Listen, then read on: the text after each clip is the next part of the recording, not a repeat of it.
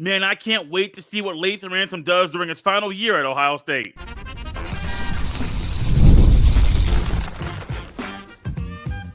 You are Locked On Buckeyes, your daily podcast on the Ohio State Buckeyes. Part of the Locked On Podcast Network, your team every day. Welcome in, Buckeye fans, to a Tuesday edition of Locked On Buckeyes here on Tuesday, June 4th in the year 2024. I'm your host, Jay Stevens, also the host of the Jay Stevens Podcast. And today's episode is brought to you by FanDuel. Make every moment more right now. New customers get $150 in bonus bets with any winning $5 bet. That's $150 with any winning $5 bet. Visit FanDuel.com/LockedOn to get started. Lathan Ransom is one of those guys, when I think about the Buckeyes defense, his name quickly comes into my head. He has been a fixture on the Buckeyes defense for numerous years. He's entering his fifth season wearing the scarlet and gray. And unfortunately, a year ago, his season ended due to a season-ending injury. A couple years prior, during the Rose Bowl at the end of the 2021 season, he also suffered a major injury at the end of that season in the Rose Bowl. I believe that was on kickoff. And so not just one setback a couple years prior in 2021, another setback a year ago.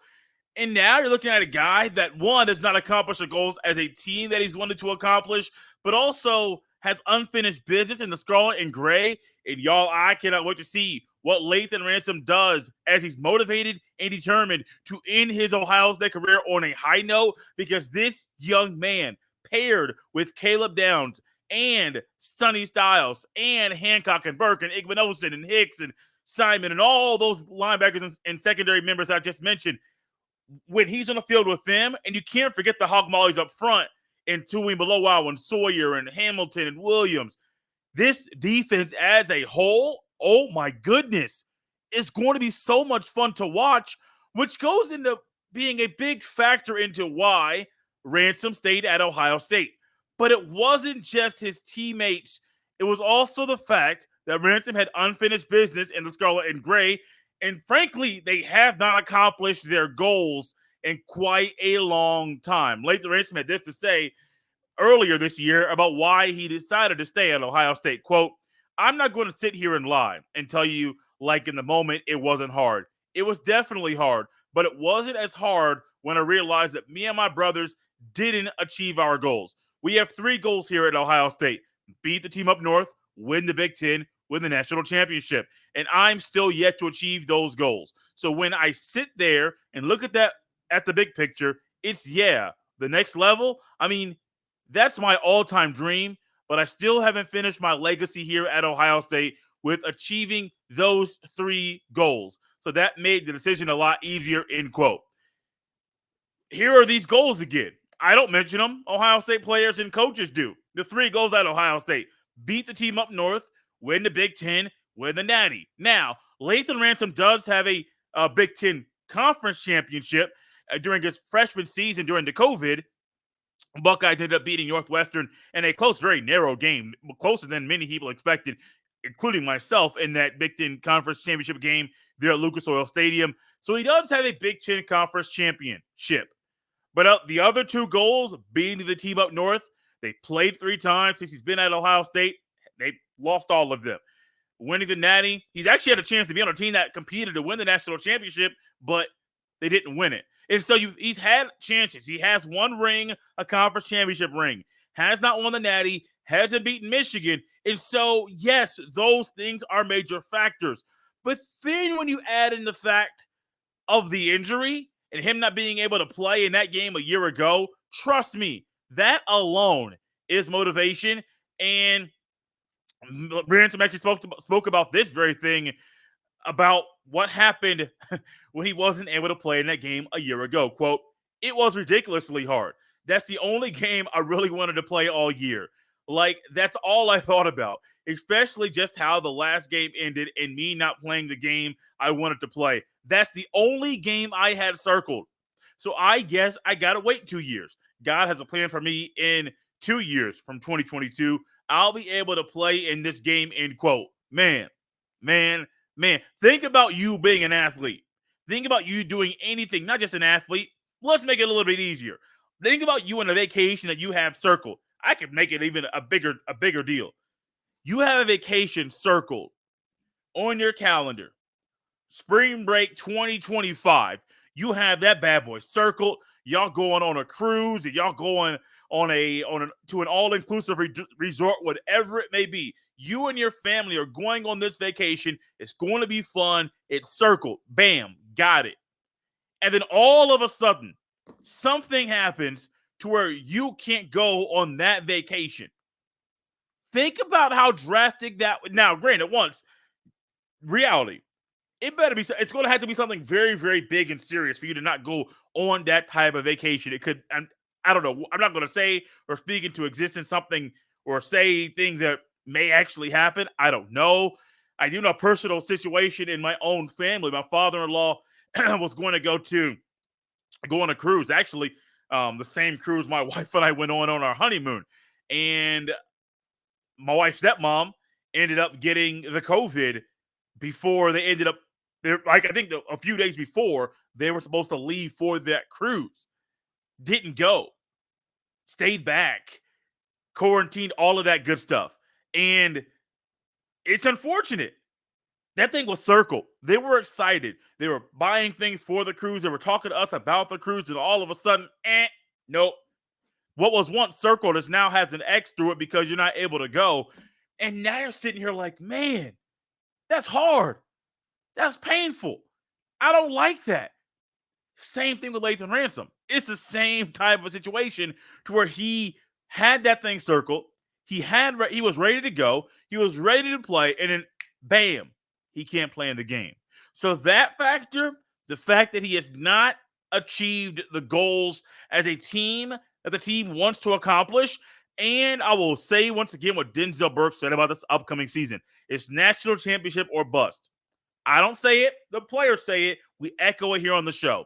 It's national championship or bust. And with that being the way that the expectation at Ohio State has been taken up through the roof, look, everybody has to be on the same page.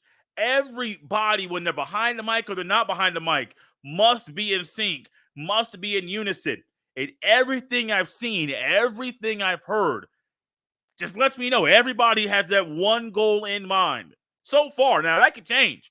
There could be a bad apple out there that says, oh, no, we're getting, you're winning games, but it's kind of, somebody say like 2015 where all of a sudden people expect something to happen and then bam, Michigan State, that kicker did that silly celebration. And what do you find? Ohio State lost the game. That may happen. That could be some, I'm not going to say who it is or what it is or anything, but something could happen. But what you want is unison. What you want is everybody to be in sync. And ultimately, we're getting closer and closer and closer to not only the start of the season, but closer for Ohio State to have the opportunity to accomplish all their goals. And to say national championship or bust was the goal. And buddy, we accomplished that thing that we set out to accomplish at the beginning of the season. I like it.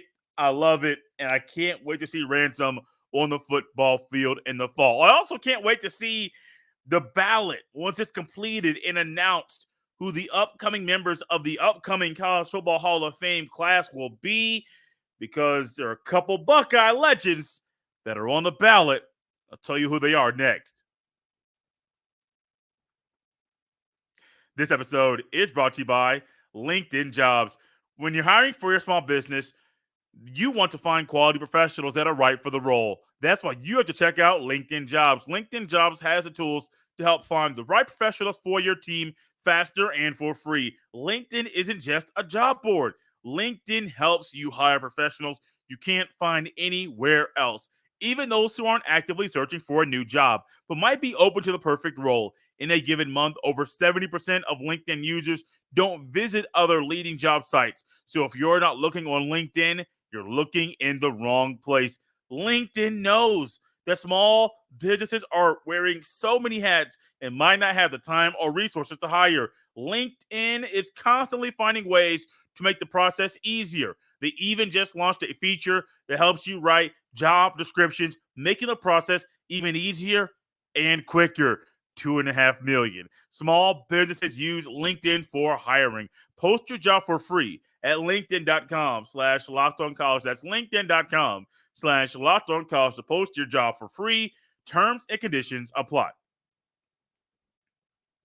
Are you watching Fox Sports or ESPN on your TV all day? Have to turn down the volume with all that shouting? Make the switch to Locked On Sports today, a free 24/7 sports streaming channel program for you every day to bring you the biggest stories without all the screaming. Locked On Sports today brings you can't miss analysis, opinions, and news streaming 24/7 on YouTube or the free Amazon Fire TV channels app, part of the Locked On Podcast Network, your team every day. I love when I watch Ohio State football and think about the legends that I'm currently legends in the making, the legends that are out there on the field that, hey, in 5, 10, 15 years, we will still be talking about them for what they did in the scarlet and gray. But I also love looking back to the former teams that we used to watch religiously when Urban Meyer was on the sideline, or Jim Tressel was on the sideline, or Cooper, or Earl Bruce, if you're going back that far too. Whatever it may be, we love Woody Hayes too. Can't forget him. We love watching Ohio State football. And some of you are like me. You like watching old games.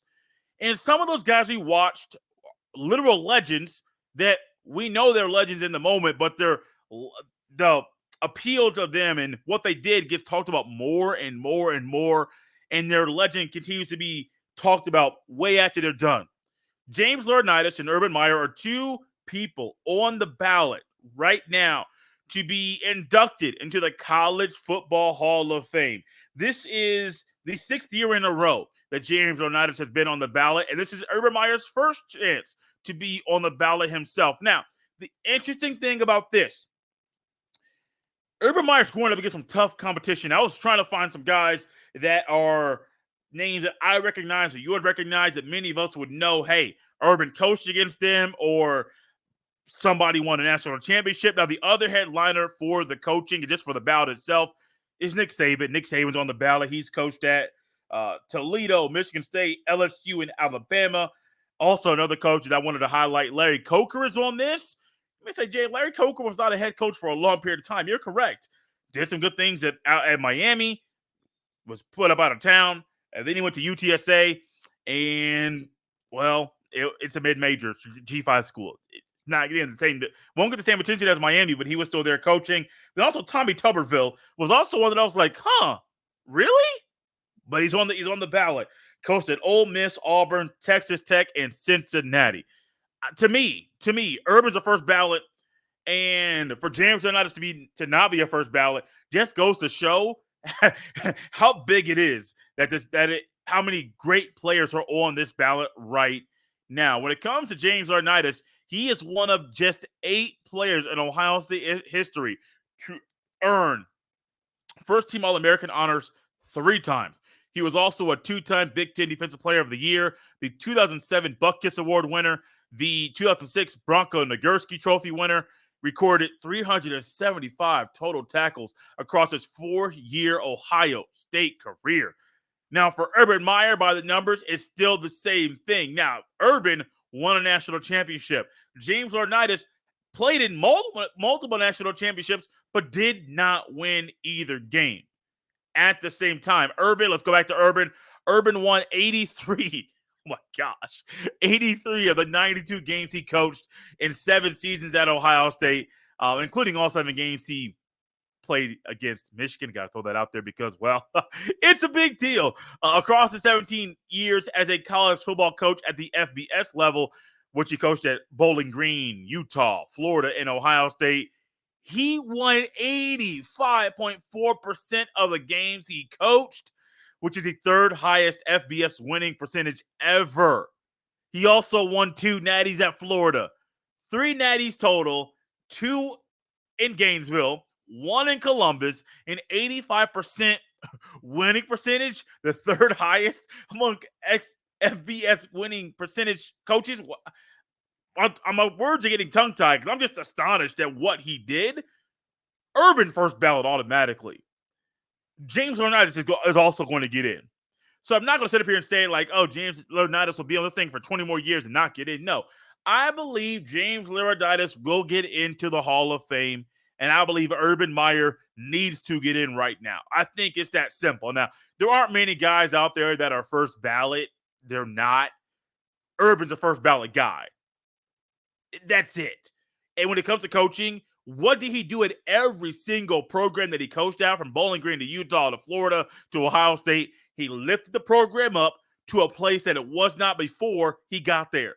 Bowling Green, yes. Utah, yes. Florida, absolutely. He was not doing – who was after him? Who was before? Was it Ron Zook before him? I think Ron Zook was between Spurrier and Urban. And Ron Zook was not Spurrier, and Ron Zook was not Urban.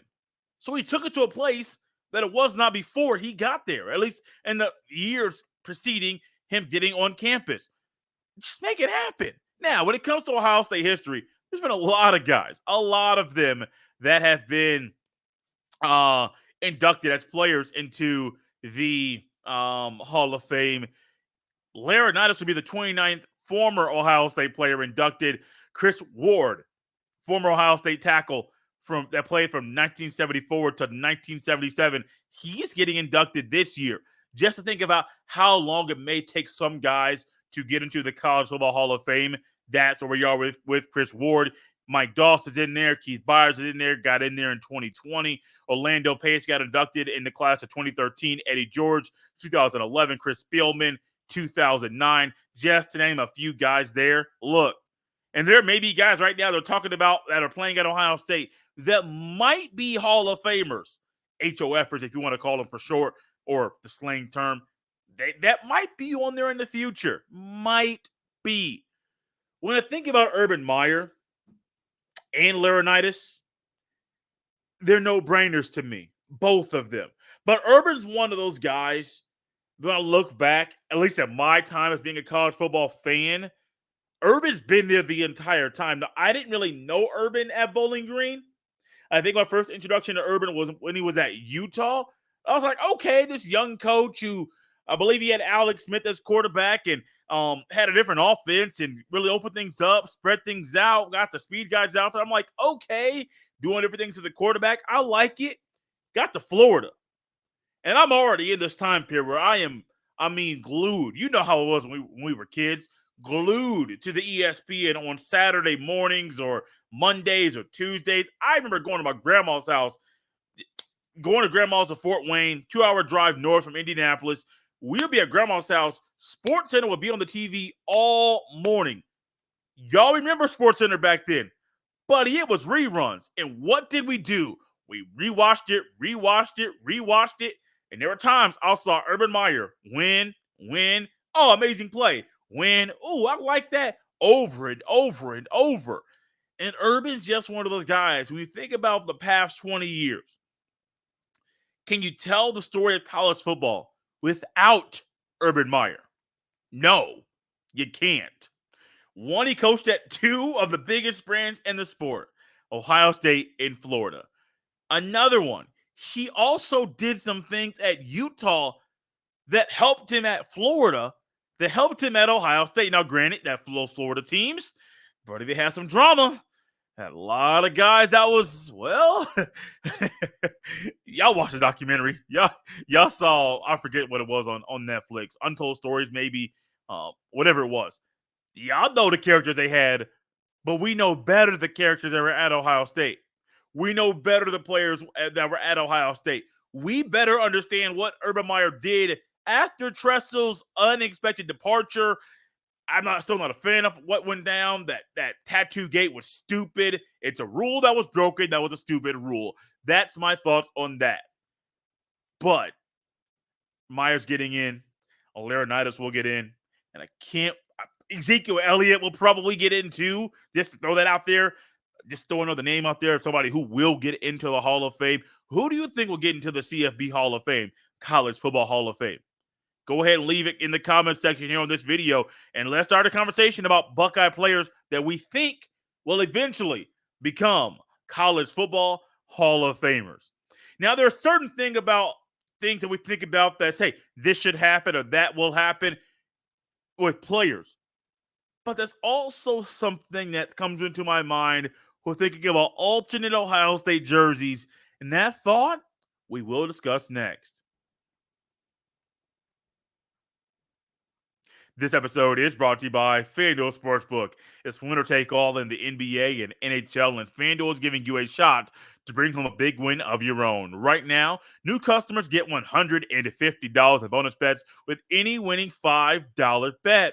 That's $150 to bet on spreads, money lines, player props, and more. Visit FanDuel.com/lockedon and make every playoff shot count. FanDuel, America's #1 sportsbook.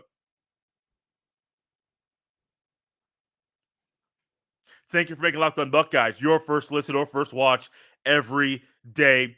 Alternate jerseys is a conversation, and discussing alternate jerseys is something we enjoy doing, especially in the offseason. Sometimes there may be a head scratcher, sometimes there may be a discussion.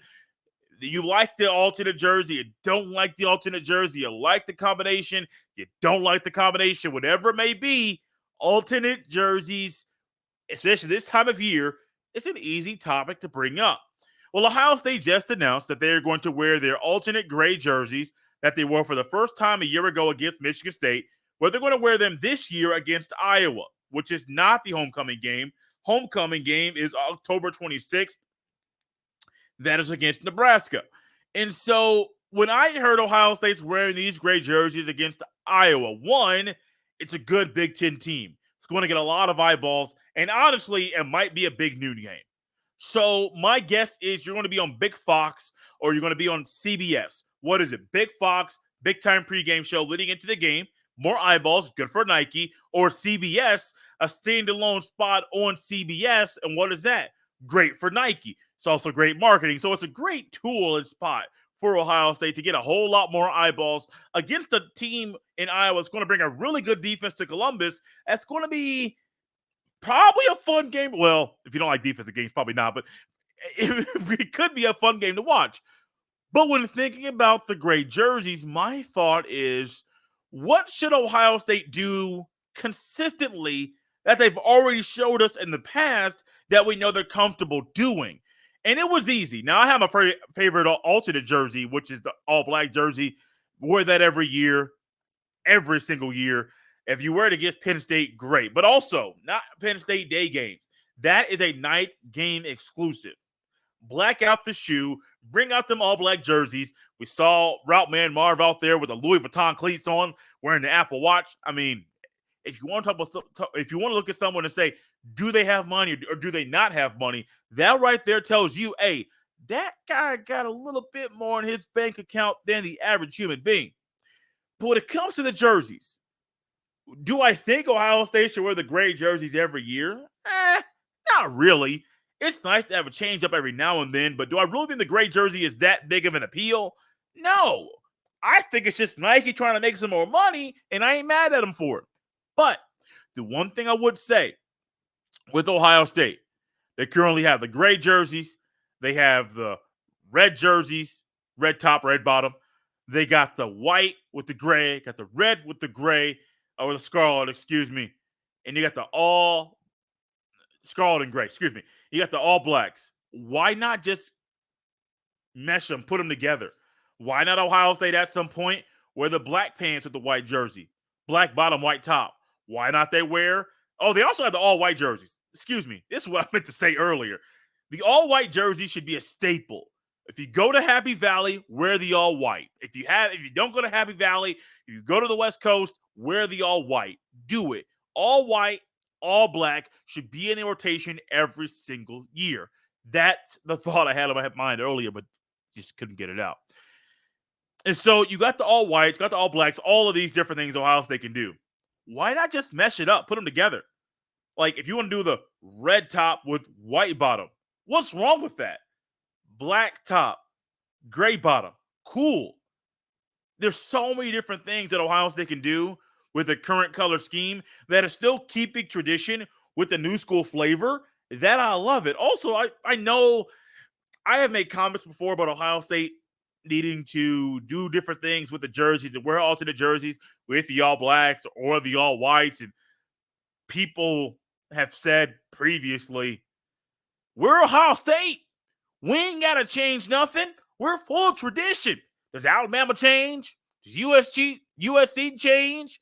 Does Oklahoma change? Well, they do. Do all these other schools change? A lot of them do. Well, no. If Alabama don't change, we don't change. Okay. Do you want to be Alabama or be better than Alabama? Be different than Alabama in better ways. Because if you want to be Alabama, okay, cool. Like, you'll be there. But don't you want to be better? Don't you want to be the best and look the best and do things that, well, are a little bit different to make you the best? Absolutely. Which is why I'm not out here saying go out here and get a whole new jersey, get a whole new scheme and do things a whole lot different than we're currently doing and just make it different, make it new. No, I am not doing that. However, what I am saying, with your all blacks, you already got gray in the rotation anyway with the gray bottom, with the scarlet. Ohio State has so many different color schemes they can pull out with just one color on the top, one color on the bottom, and changing them all year. So many color combinations that they can have a different combination all season. And all of a sudden you're looking at, or maybe rotating a few, all of a sudden you're looking at it just saying, well, Ohio State wears these during their non-conference games, but if they play a power in the non-conference, they're going to have a little alternation there. But if they're playing a Rutgers or an Indiana or Purdue, they might just wear the regular jerseys. But if they play a big-time school or a better school, they're going to change up the color scheme. Why? Just because you can. Is there a problem with changing it? Absolutely not. And I do think with the all blacks, the all whites, those should be rotated once a year. On the road at Happy Valley, wear the all white. If you got a night game and it's one of them opponents, wear the all black. I'm not a big fan of the scarlet, the red top, red bottom. I'm not a big fan of those at all. I am not. Just like the grays. Like, I understand why the color rush stuff. Please, miss me with that. Not a big fan. I don't think a lot of other people are either. However, I think they're still going to be here. I think it's not going to change, which also means that Ohio State can do something with what they currently have in their color scheme to spice up their jerseys in rotation every single year. Have you heard the big news? Locked On has launched the first ever national sports 24/7 streaming channel on YouTube, and now it's also available on Amazon Fire TV and the free Fire TV channels app. Locked On Sports Today is here for you 24/7, covering the top sports stories of the day with the local experts of Locked On Plus, our national shows covering every league. Find Locked On Sports Today now available on the free Fire TV channels app. You can follow me on X at jstevens07. You can send all of your emails to jstevens317@gmail.com. We're out of here on a Tuesday, Buckeye fans. We will see you next time.